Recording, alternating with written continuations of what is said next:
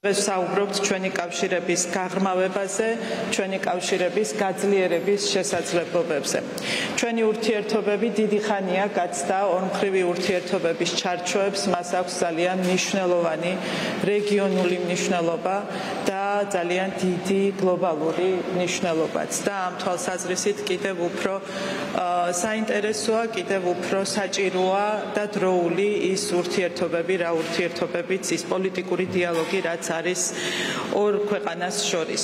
დღეს ჩვენ გვქონდა ძალიან კარგი შესაძლებლობა გაგვეხილა ბევრი საკითხი, რაც უკავშირდება ორ ქვეყანას შორის ურთიერთობებს, სხვადასხვა მიმართულებებით, სხვადასხვა სექტორში, რა თქმა უნდა, გაძლიერებას ჩვენი პოლიტიკური დიალოგის, ჩვენ განვიხილეთ ასევე რეგიონში მიმდინარე პროცესები, გლობალურად მიმდინარე პროცესები და ის გავლენები, რაც ამ პროცესებს აქვს ჩვენს ქვეყნებზე და ჩვენს ურთიერთობებზე. დღეს პირისპირ და ფაქტო შეხვედრები გქონდა. ორივე შეხვედრაზე ჩვენს ორ ქვეყანას შორის მეგობრულ, კეთილმეზობლურ, სტრატეგიულ პარტნიორობაზე დაფუძნებულ ურთიერთობაზე და ამ ურთიერთობის სხვადასხვა ასპექტზე მსჯელობის საშუალება გქონდა. გქონდა მაღალი დონის პოლიტიკური დიალოგი. ქალბატონმა მინისტრმა უკვე აღნიშნა, რომ აზერბაიჯანი და საქართველო ყოველთვის მხარს უჭერდნენ ერთმანეთის ტერიტორიულ მთლიანობასა და სუვერენიტეტს, როგორც ორმხრივ, ისე ყველა საერთაშორისო ფორმატში.